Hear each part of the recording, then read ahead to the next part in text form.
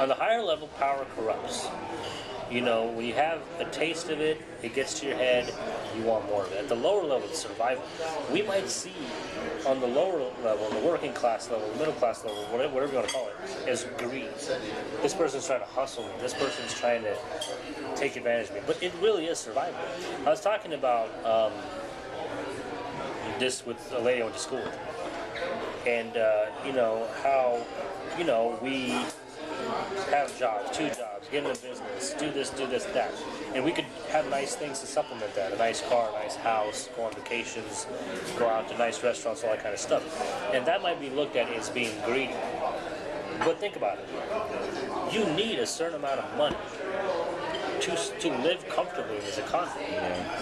So, you know, when you say, yeah, I need to make at least $100,000 a year to buy a house, well, you don't need $100,000. But to buy a house in this economy, you do. So it's not greed, it's necessity, because everybody needs land, everybody needs shelter, everybody needs clothing, food, and those things require you to make a certain amount of money, which might be on the average higher than everybody else. And guess what? That's not greed, that's survival. You're put in a system where you're forced to be greedy. You're forced to ask for more than you need, just to keep up. That's not necessarily greed, that's survival. It's just that, like I said, artificial scarcity, inflation, means that you need more to survive. Now, if you're not used to that and you haven't been keeping up with the trends, then that might appear to be greed. But it's not really greed. It's survival. But at the very top, do you need all that stuff? No. But there's another aspect of wealth. There's power. Power to control others. But there's a lot of reasons why people build wealth. It's not just to live a nice life and have nice things. You know, it goes back to the psyche of human beings. You know, we do things for various reasons. Of course, we have a pecking order of how important some of them are.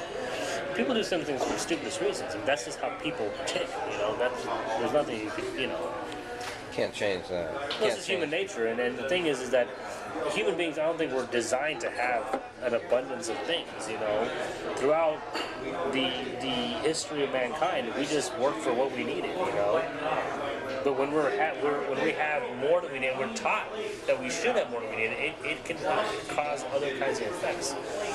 And yeah, people can abuse that power for sure. And that's what you see is, you know, you can see a neighborhood where people are poor and just happy to survive. And then you have this other neighborhood where everybody has everything. That person that goes to that other neighborhood will resent his own life, will want to become like them and then overtake them, so they'll even be worse. And it's like this predatory system which encourages everybody to be like that. And it's displayed in media, it's displayed in popular culture, it's displayed in every aspect of our civilization, because it's kind of bred into our mindset. It's kind of how we've been conditioned to be. But the origins of that whole culture comes from the system itself. The system itself breeds it. All you got to do is study. When we were on the gold standard, and I'm not necessarily the gold standard is perfect or anything, I'm just trying to give you an example of when we were on the gold standard from 1945 to 1971, we were a manufacturing country, or a production-oriented country, and our society was different than it is now. The minute the money system changed, our currency started to deflate, our manufacturing went overseas, and we became a service economy. All the modern-day ills of society progressed and became what it is today. It all started at the end of an old system, the beginning of the new one. Just look at society, look at history. How does that relate to money? How does your own behavior relate to things you have and things you don't have?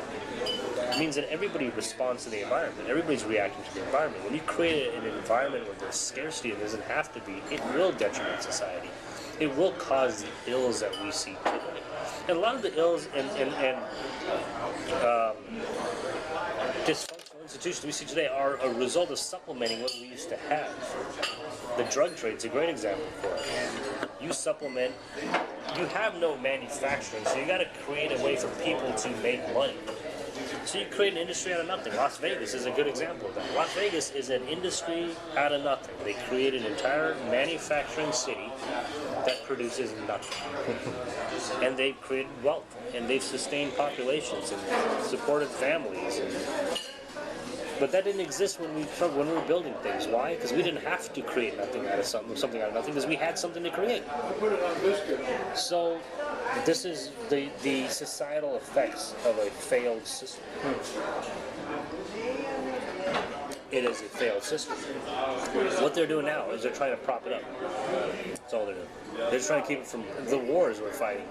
Is a lot of it is to keep the system completely collapsing. Can they do it?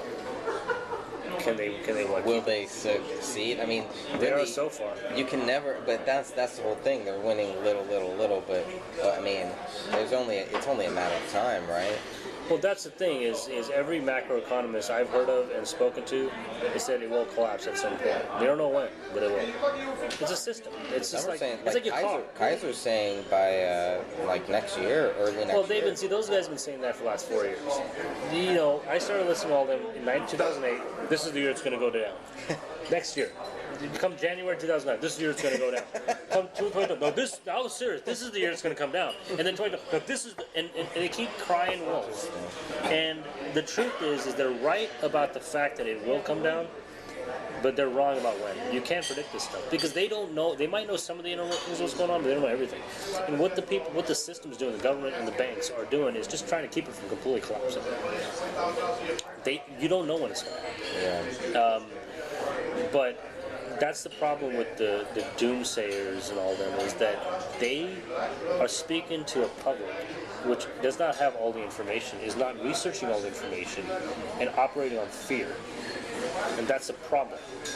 Okay? And that's what you have, is you have people that are operating on fear, and that's gonna cause a lot of negative backlash.